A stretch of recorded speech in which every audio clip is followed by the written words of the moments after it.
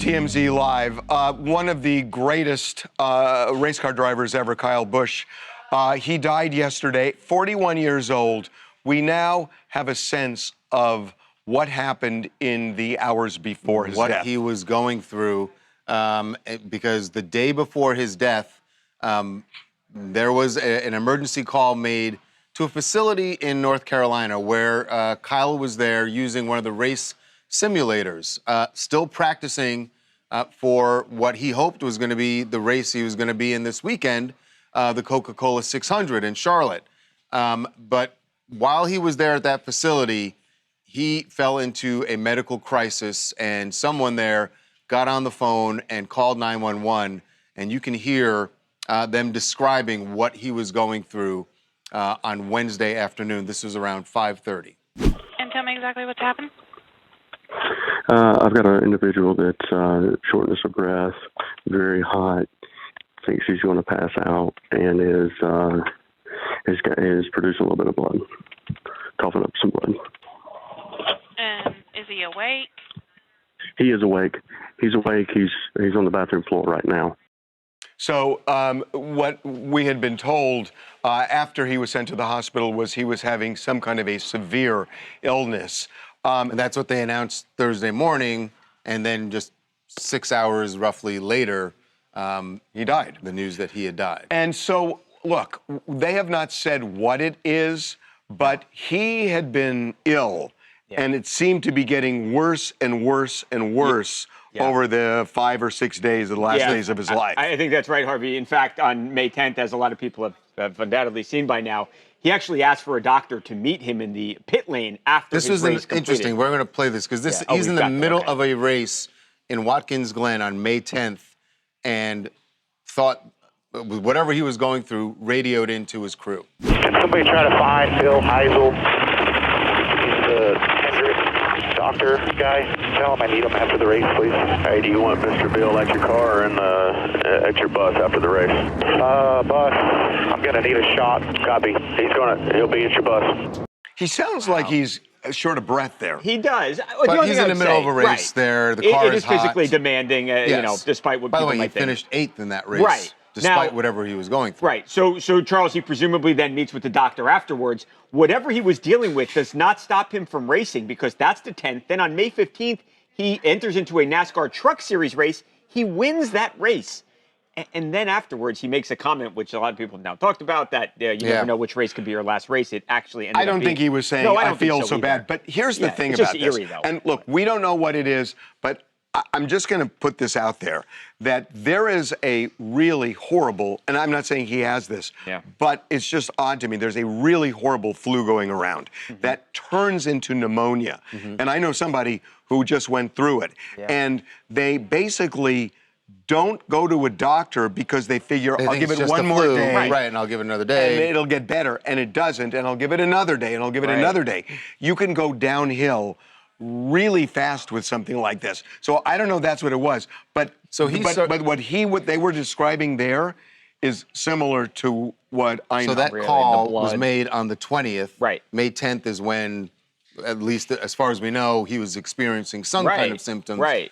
Over the course of 10 days, and we don't know, like you said, we don't know that it was that, but you wonder, and we don't know this yet, whether he actually went to a doctor. Was he diagnosed with anything? And was he being treated, or was this just a guy who was toughing it through and saying, I'm going to work every day? But the reason I think it wasn't like somebody diagnosed him, a doctor diagnosed him and said, you got to go home, because he was in the simulator. Right. Why did he go to the simulator? You know what I mean? He's in the simulator, so it's not like he was told. So it does seem like he probably wasn't diagnosed. And that he was feeling like crap. And but it got escalated and escalated and escalated. At Tinsley, Chicago, Illinois.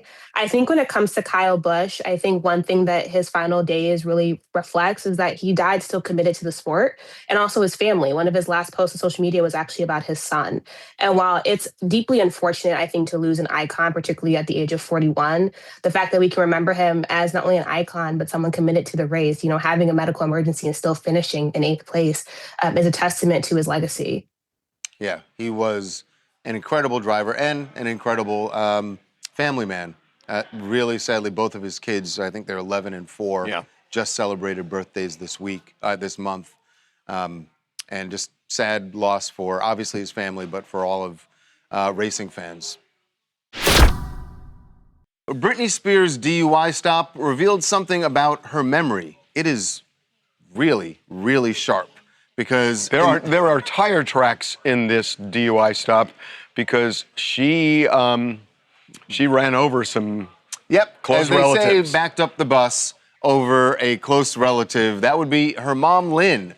So what we're about to play here is part of the body cam footage from her DUI stop. And the CHP officer is talking to her about why it's, that you should avoid driving impaired. Remember, she did take a breathalyzer.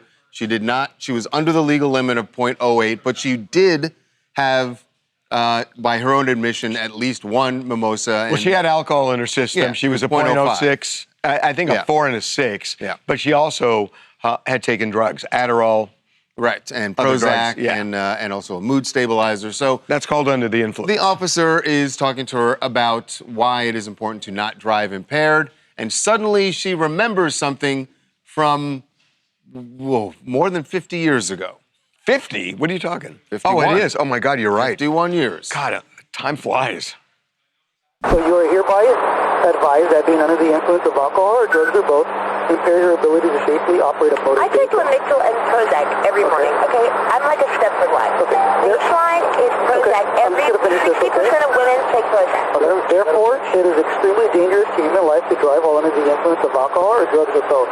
If you continue to drive under the influence of alcohol or drugs or both, and as a result of that driving someone is killed, you could be charged with murder. Do you understand that? Yes, sir, I know. My mom accidentally killed a man on a bike. Okay. Now I'm just going to read you what's called... I never did that before.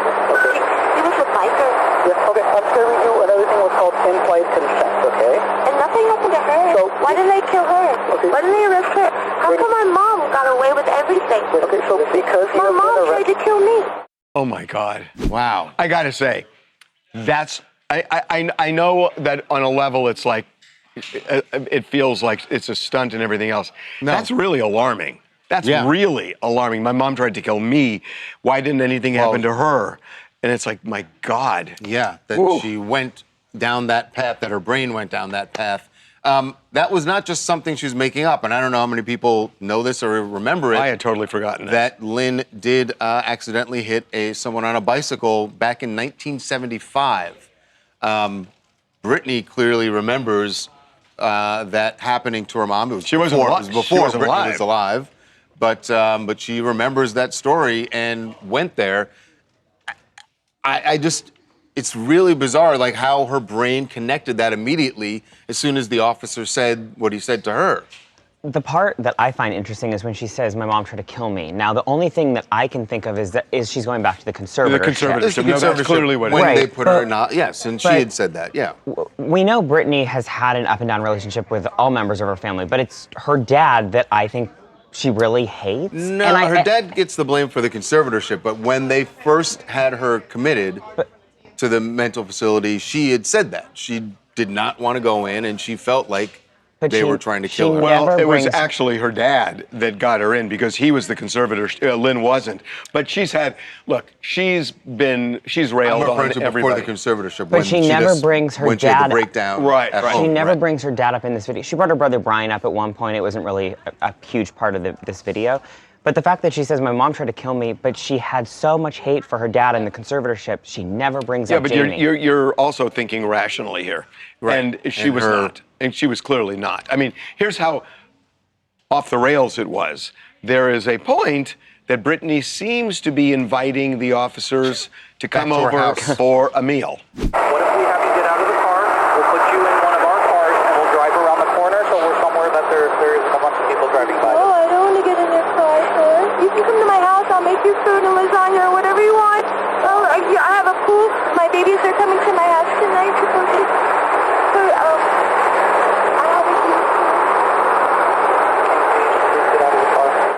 Wow. Yeah.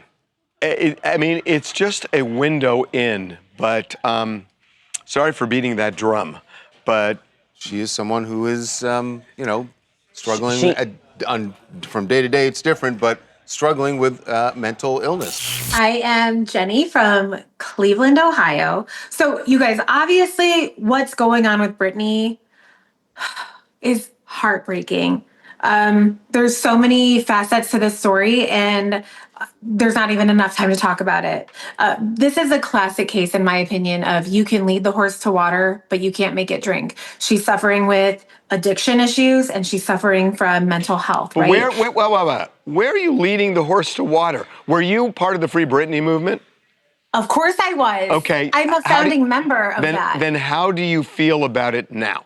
I stand by it 110%. And this is why. Because when you're dealing with mental health and addiction, which she is dealing with both, I feel like all of us have probably dealt with addiction, whether it's or yourself or a family member or a friend. You can't force this upon anybody. You cannot force treatment upon anybody. True. What about the mental health side? What about that part? I feel the exact same way about it. Like, now, obviously, there is a fine line of becoming harmful to yourself, perhaps, or to others. And I get that. Like, I get where the conservatorship could have come in there. She has to feel consequences to what's going on. And only then can she make this decision. She's been forced into this, obviously. And look, where did we end up? Yeah. We ended up, honestly, in a dark place. Coming up. So this has been an interesting week where Republicans have turned on Donald Trump. We have our guys in Washington, D.C. right now. Talk to us about what you guys are hearing. What are we hearing? We're hearing a lot. Be right back. Okay, we have our guys in Washington, D.C. right now. Jacob on the right is trying desperately to get somebody to hold his camera for him since he doesn't have a camera guy. Yeah, he's in the press briefing. But now he's smiling. Oh. So Jacob and Charlie. So this has been an interesting week where Republicans have turned on Donald Trump. So talk to us about what you guys are hearing. What are we hearing? Yeah. We're hearing a lot. We're hearing that Republicans, they don't necessarily side with the prez on everything. And now a few of them are starting to defect, over the ballroom. I know this $1.8 billion slush fund is kind of controversial even to some of the Republicans. Not all of them are towing the line lately, which has been quite an interesting development. You guys know how incensed Harvey was also when that news came out. We spoke to you that morning, and I felt like you guys got charged up too. When you went out there, is that the energy you were getting back from clearly Democrats, but Republicans? It does feel like this is the last straw for them. They went with everything. They went along with the president because that's what they were doing, sticking with the party. But even on this, they just said, we can't do this. This is too obviously corruption. Well, Charlie, I think you got that more than me. When I spoke to Randy Fine, who's a Republican congressman from Florida, he was actually saying, hey, Donald Trump has every right to use this money how he wants. And when we were going back and forth, he was defending him, saying that the Justice Department went after him for a long time, and now he can basically do what he wants. Which one of you guys, I forgot, which one of you guys got Ilhan Omar yesterday? I did. Yeah. So that was interesting. I got to say, I was shocked that she lit that fuse. Well, so when she was leaving the Capitol yesterday, I brought up what happened just a few hours earlier when Donald Trump said that he wasn't going to be attending his son's wedding this upcoming weekend, and given we have the Iran war and a lot of other things going on. And she said that makes him a bad dad. She said if if he really cared about his son and being a family man, then he would go. So pretty strong words from her, but also not surprised. She's under investigation. Right, it's under investigation, and they're not fans of each other. Were you surprised that she was that forceful with her words? I expected her. It was a great question, by the way, Jacob, but I thought she would kind of have to step around it and not deal with it straight on, just because they are such sworn enemies. I think that's why maybe she was trying to light a fuse a little bit. She's pretty upset, I think, about everything going on, considering that she's now going to be under investigation, most likely by the Department of Justice. She already is, even though she says it's not going anywhere. But as you'd expect. Charlie, I loved your conversation today with Senator John Kennedy because it was so interesting to me. When you guys showed up there a month ago, I just thought of you guys as total outsiders and wondered how you're going to get received. And when I listened to Kennedy, it was sort of like he's saying, oh my God, I'm just dying to talk to you guys on the level that you're having conversations because I'm doing the same thing too on TikTok and we got to be people. Yeah, totally. Yeah, I think some of them sort of relate to us being here, we're kind of fish out of water, and a lot of these people consider themselves sort of outsiders too. And it was interesting to me that, a month or two ago, Ted Cruz joined TikTok, and he's under 20,000 followers, I think, right now. But Kennedy, more recently than that, and they're friends, Cruz and Kennedy. More recently than that, Kennedy joined TikTok, and I haven't checked it lately, but it's hundreds and hundreds of thousands. So he's like going viral regularly on TikTok, and Tim Scott has just joined, I think a week ago. So why are all these old Republican men joining TikTok? And some reason people relate to John Kennedy and the way he's doing it. So I asked him, what's your secret sauce and any advice for your colleagues who just don't make videos that slap yet? Did he understand what you meant when you said slap? I think he's a lot cooler than you give him credit for, actually. Okay, I think he's young at heart. You didn't answer my question. Kind of serially online to be slapping this hard at TikTok. So, yeah, I think me and him, we're kindred spirits. You know what's funny? Hold on. No, you're getting a little political. You just dodged my question. You just did a DC two-step. You did do a DC two-step. You totally did. You're right. Guys, when you went there, I remember you were calling them and saying, oh my God, I can't believe we're in Congress, we're in the White House, we're here and there. It's kind of like old hat to you guys right now. I mean, you guys just seem We just watched Jacob right before we started here just walk into the press briefing room at the White House. And he's like, oh my God, it's raining outside and complaining, and he's at the White House. It's like there's nothing impressing you guys. You were with Trump today, Jacob. I mean, it's like, okay, we get it, guys. Yeah, I mean, I think the magic's wearing off a little bit, and now it's just becoming a daily grind, chasing the daily beast. We're really sorry, man. I don't agree, man. I still pinch myself. It still kind of doesn't feel real. Even just looking at my backdrop, I'm like, am I really? Oh yeah, that's right, I'm here. It's just, it still kind of feels special to be here. And I think I'm savoring it, Jacob. Well, that made me look lame. Yeah, sure did. Totally did. All right, way to one-up me there. Yeah, you get Employee of the Week, Charlie. Yeah. By the way, we're paying you every week. Congress isn't in session next week. What happens next week? Getting our energy back. Getting our energy back? Oh, does that mean a dispensary? What the hell does that mean? No, Charlie could speak for himself. I'm going to be working. Oh, hey, guys, real quick. Trump just confirmed he's not going to the wedding. Oh, really? Yeah. Yep. Oh, big news. Well, so he's going to be around town. He just left the White House. He's heading to New York right now. Where are you going today? I'm heading to New York. Exactly. Find him. Staying at the White House. Oh, hey, Jacob, you're wrong. You're wrong. He's staying in the White House. Okay, Breaking you guys, news. Jacob, you got to choose your girlfriend or Donald Trump this weekend. Sorry, babe. I'm going with the president. We'll see you guys. Coming up. Well, this holiday weekend is going to be a real knockout for Ray J. The question is, who gets knocked out? Will he be doing the knocking out or getting knocked out? He's going to be fighting against a guy named Super Hot Fire, and he is the co-main event. Be right back. TMZ's got every freaking thing. Big celebs, big stories, big events. Megan Thee Stallion adopted a dog. We rescued a dog. He is so happy. Can you start rescuing people, man? It's TMZ. Well, this holiday weekend is going to be a real knockout for Ray J. The question is, who gets knocked out? Will he be doing the knocking out or getting knocked out? Right. He is fighting, and look at him. Look at how fast he is.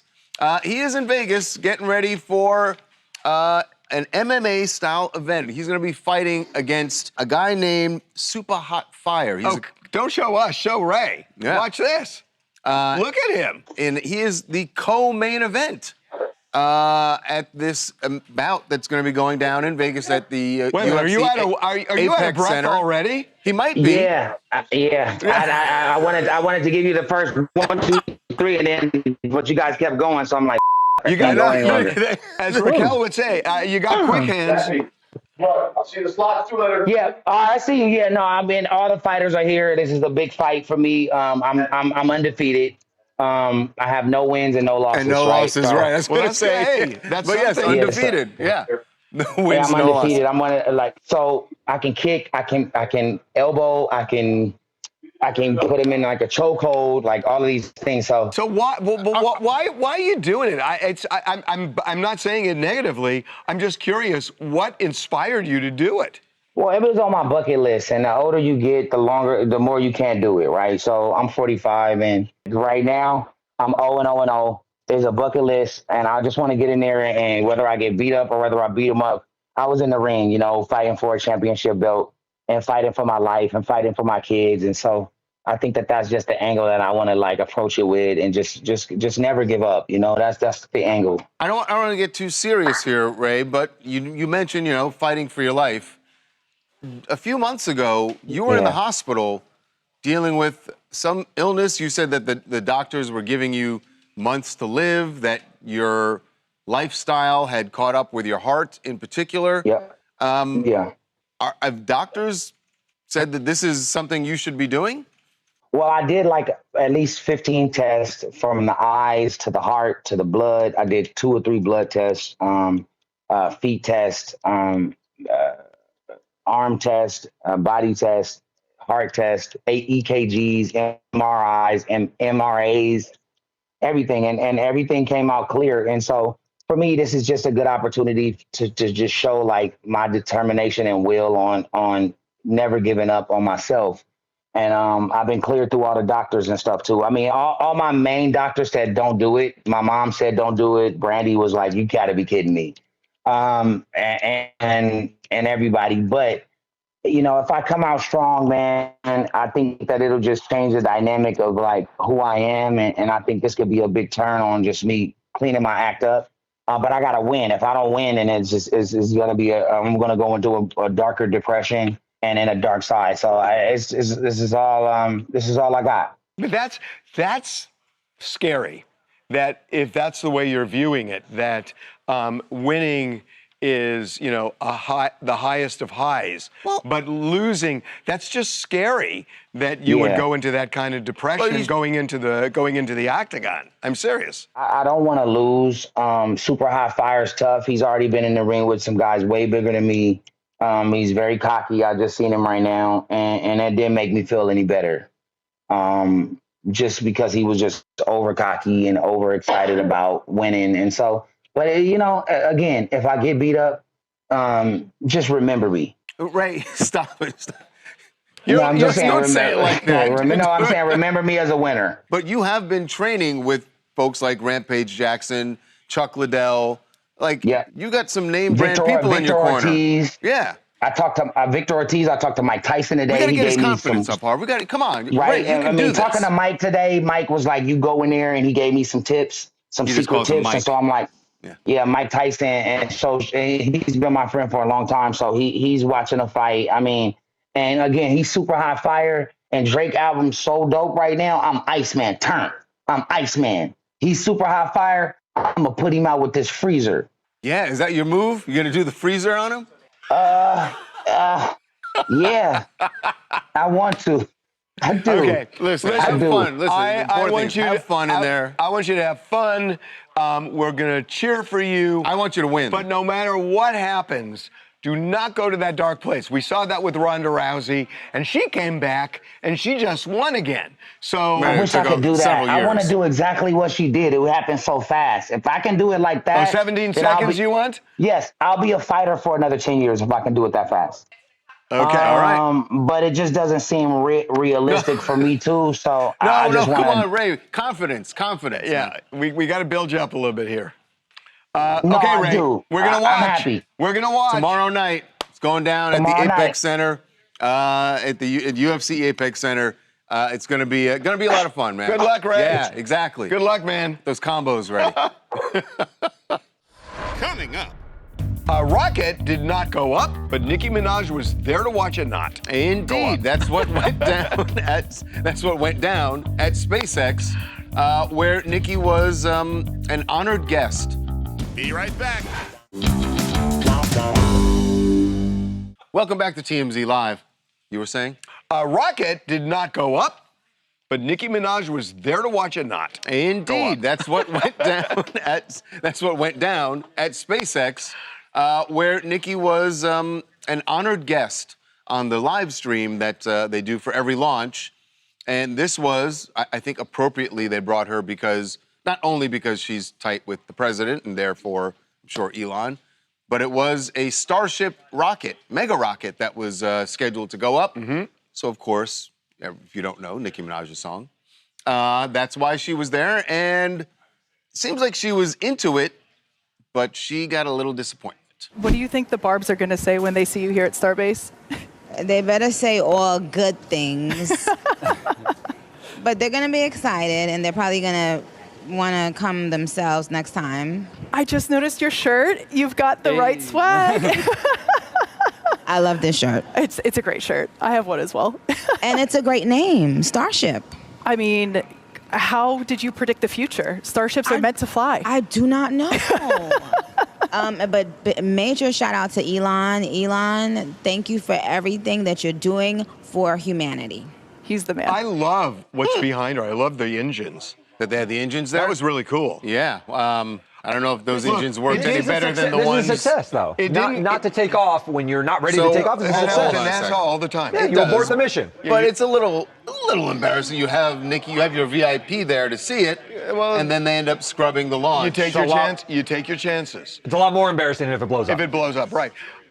I will say this. I do want to say They blow one stuff thing. up at SpaceX sometimes. It's all right. I was horrified when Elon was walking around with a hatchet in D.C. I just couldn't believe what I was seeing. I will say, Elon Musk is really the pioneer of our times. He's the Thomas Edison of our generation. He really is. Yeah. And, you know, the fact that he can do things that NASA has not been able to do for for almost 70 years. And Elon never studied rocketry formally. He did it himself and did this. It's unbelievable. He has engineers who work for him. But also. he was into it. I understand he's into it. He's into electric cars, into space, and he's give about the engineers credit. No, You're of making course. it sound. You No, just no, made it sound like he's of the course, one. But he was intimately involved. He's about in to go all of public this. with the largest company ever. It's going to be $30 trillion company on So one day. when he was walking around DC with the hatchet, did you ever suspect that they would be back Nicki with Trump? Minaj would be tight with him? What, a year later? Do you know I mean, I stopped suspecting things. Honestly, did I ever suspect? I'm just wondering who's going to pop up next year. 3 months ago, SpaceX did you suspect that Elon Musk would be on Air Force One with Donald Trump going to China? After he trashed him about Epstein. That's right. Right. Hi, my name is Manny. I'm from Los Angeles. And regarding this article about Nicki Minaj attending the Elon space launch, I find this trend of billionaires and pop stars collaborating to be quite interesting. You look at last year, Jeff Bezos and I think Katy Perry did a space thing. I just wish we were doing this earlier as a civilization, you know? Like in the 80s, we should have had Warren Buffett send Michael Jackson to space so he could quite literally moonwalk. Wait a minute. In the 80s, would Warren Buffett have been young? No, still wouldn't have been young. Wow. But yes, the Michael Jackson moonwalk would have been interesting. No, you're right. That's a good one. All right, you're going to want to pay attention to this this segment here Screw because you. Anne Hathaway. Screw you for saying that. Anne Hathaway how dare has you? been dealing with a lot Oh of my rumors God. about her face. There are some people who think that she's had a facelift, and she has an answer for those folks. Unfortunately, she's used this now, so you can't. But this is Anne's explanation for why perhaps she's looked a bit fresher lately. She said, I felt like the conversation was becoming distracting. These are huge medical decisions that people are presuming. I wanted to show that, like no, I didn't make a huge medical decision. And by the way, the other thing about all this is I might still get a facelift someday. So there. I added the so there. I don't understand. Where's the shame anymore? So I don't think there's any her shame. explanation. This is what by the way, she said this to Elle magazine. Her explanation, and I get this. So she said that they braid her hair along the edges. Yeah. And that pulls her face back. Right. Well, you know. That's it. I know. And by the way, We know. that I'm happens. like, as black That people happens. that When I get my your dreads my or like your locks braids. redone, Like if I were to and they get get these tightened. or like cornrows. Oh, you think it helps? Well, sometimes it does crack, apparently. That was no, first of all. Inappropriate. Inappropriate. You started You it. look at you. He did not look at you. He did not look at me. I'm 33 years old. He did not look at me. Hi, I'm Lauren. I live in Philadelphia. So I think Anne Hathaway, she's just like exuding confidence. And the older you get, the more comfortable you become in your own skin. There's so many little procedures that you can get done without it being a facelift. She does have that little like hack where she does the braid and then she pulls it back. And it really does lift. Like it gives you a little lift. So well, you're like an expert in this. Yeah, no, take the shades off. You got to show perfect. Yeah, I think, she just has like little tips and tricks without doing the whole facelift yet. But she's not against it. Tricks of the trade. Coming up. We are talking about people who are cozying up to President Trump. And we saw Mark Cuban, who, was a supporter of Kamala Harris in the last election, was at the White House. What's really in it here for folks like this? Joining us now to follow the money, as he always does, our good buddy Damon John. Be right back.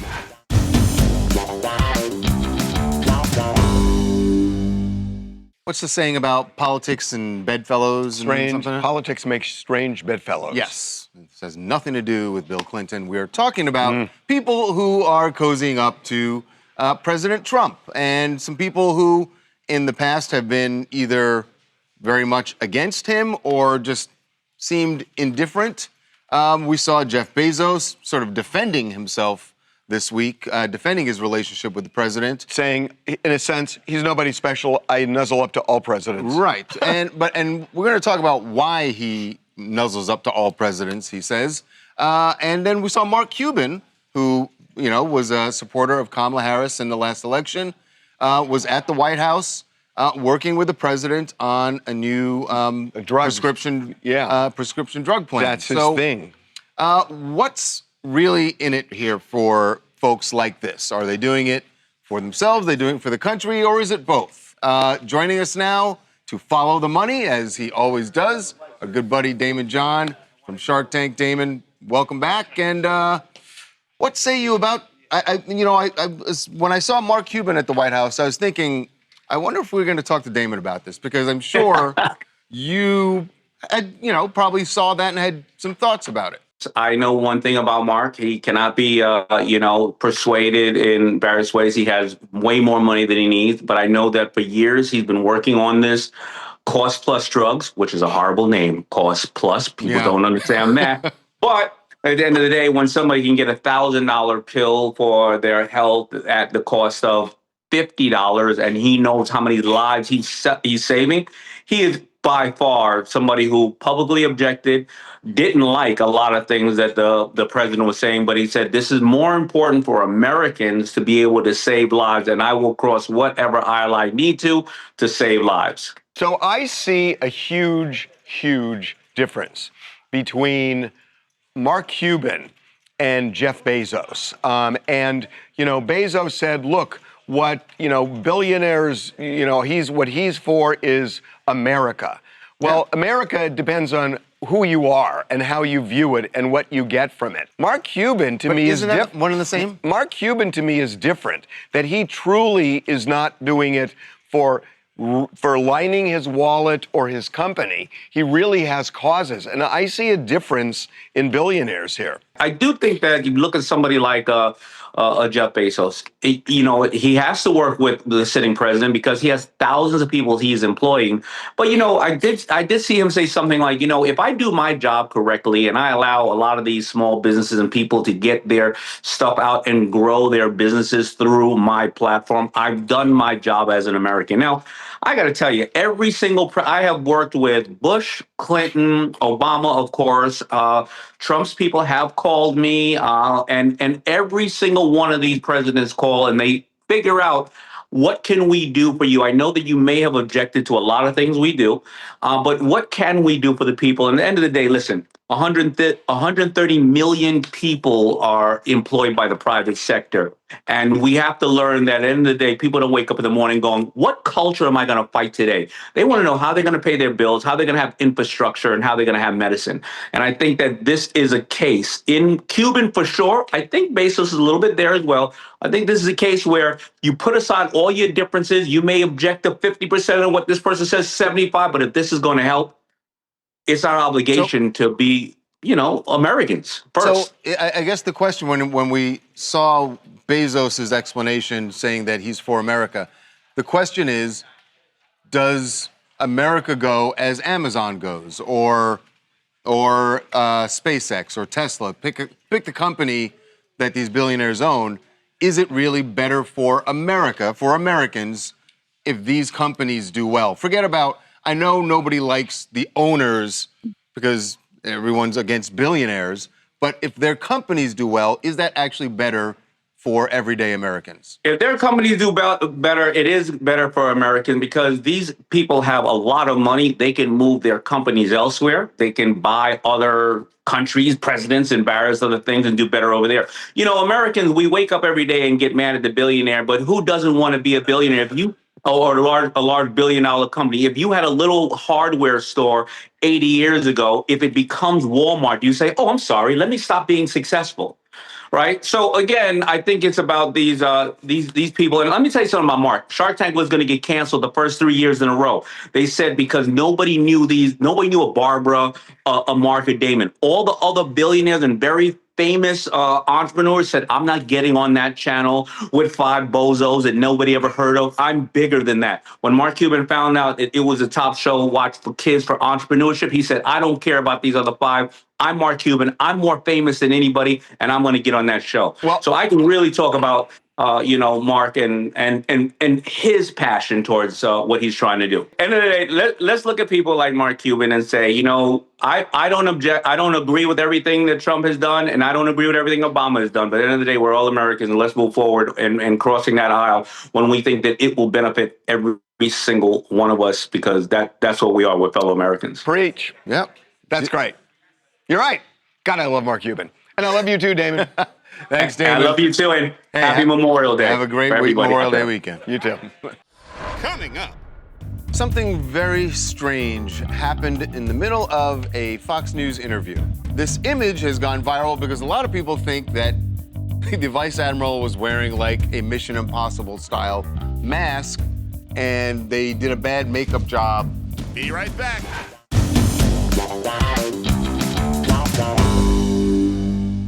Something very strange happened in the middle of a Fox News interview. They were talking to retired Vice Admiral of the Navy, Robert Harward, and Bill Hemmer asked him a question, and the Vice Admiral, he's on Fox News a lot. So that's not the shocking part. The shocking part is, look at his neck during this interview. Seems like what a lot of people, this image has gone viral because a lot of people think that the Vice Admiral was wearing like a Mission Impossible style mask and they did a bad makeup job. And the really wild conspiracy theory is that it wasn't even him and that he was just wearing a mask to appear like the Vice Admiral. I guess I don't understand. Where is the mask? So the brown thing here is that, yes, that the theory online why it's gone viral is they think this is, like a Mission Impossible and they ripped the mask off. Yeah. That he started to rip it off or something and whatever it is. It's very weird. When you watch the interview and you listen to it, that whatever it is moving just like his mouth does. Yeah. So it's almost like it's a reflection. I don't really know what's going on here. I'm a big Reddit user, and this was the biggest video on Reddit yesterday. And there's a noticeable jiggle on this video. So there is no doubt in my mind that this is a mask. When you think look it's up definitely close, a mask? Yes. By the way, we look should say the Vice Admiral, like I said, has been on Fox News plenty of times. Yeah. So it's not odd that he would be on. I don't know why they would need someone. What if it's Al Franken? Who? I don't know why they need someone to be in a mask to be him. Because he could take it off, and all of a sudden it's like, I'm a Democrat and I'm invaded. That's some of the theories is who's under the mask. That's what I mean. But the thing is here is that the biggest. Oh, they have Democrats on. The biggest possibility, if you're not looking in the conspiracy theory world, is that it was just heavy camera filtering, is what many people were saying. What's the brown thing? So that's supposed to be his. People think it's his neck under the mask is what you're seeing. Right. That's the brown. Oh, there. He's that dark? No. So no, I mean, I'm serious. No one has said anything. Oh. Fox News hasn't said a word about it. Actually, we did call Fox News. They did give us a statement. Says he appeared on Fox News channel earlier this week via a remote mobile camera operated by an outside vendor. During the interview, lighting conditions in the van with the Vice Admiral's, lighting conditions in the van contrasted with the Vice Admiral's jacket, which caused a shadow to appear on his neck. So they're saying it's the shadow. real deal. They're saying it's a shadow. They're saying it's a shadow. But why is the shadow moving It's like it's that? a jiggly Halloween store mask. From the looks of it. But what would be the explanation for that? Nobody. Hi, I'm Alexa from New York. I mean, my question is, if they ID'd him, why would he need a mask? Because we know exactly who he is, and it's not anonymous. Was it done for aesthetic reasons, maybe? I mean, whatever those can be. If Fox responded to the comment, there's still going to be people talking online. And if that, who approved to put this on TV? I mean, it doesn't really help the audience trust the network if there's a bunch of conspiracies surrounding the reporting. I think it's better for the network. It makes it more Nobody interesting. would be talking about that particular interview today. It's Kamala Harris. Now that would be good. Coming up. So Jack Antonoff is going on a world tour.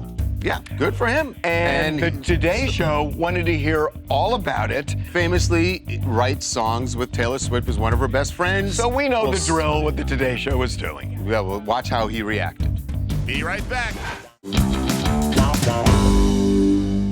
So Jack Antonoff is going on a world tour. Yeah, good for him. And the Today Show wanted to hear all about it.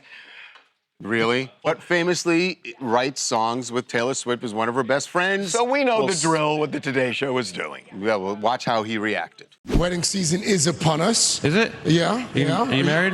I am married. 15 years this year. Oh, great. Are you going to any big weddings this summer? I hope. Yeah. Yeah, I hope so, man. Where? I love being married, man. I'm happy you love being too. Yeah. Yeah. That's all you're gonna give me, huh? Okay. Did we just have a moment? Don't you love the way they want to get in our lane, but they don't want to say they're in our lane, so they try to do it differently, and everybody reads through it. Have a good weekend, everybody. Enjoy the weekend.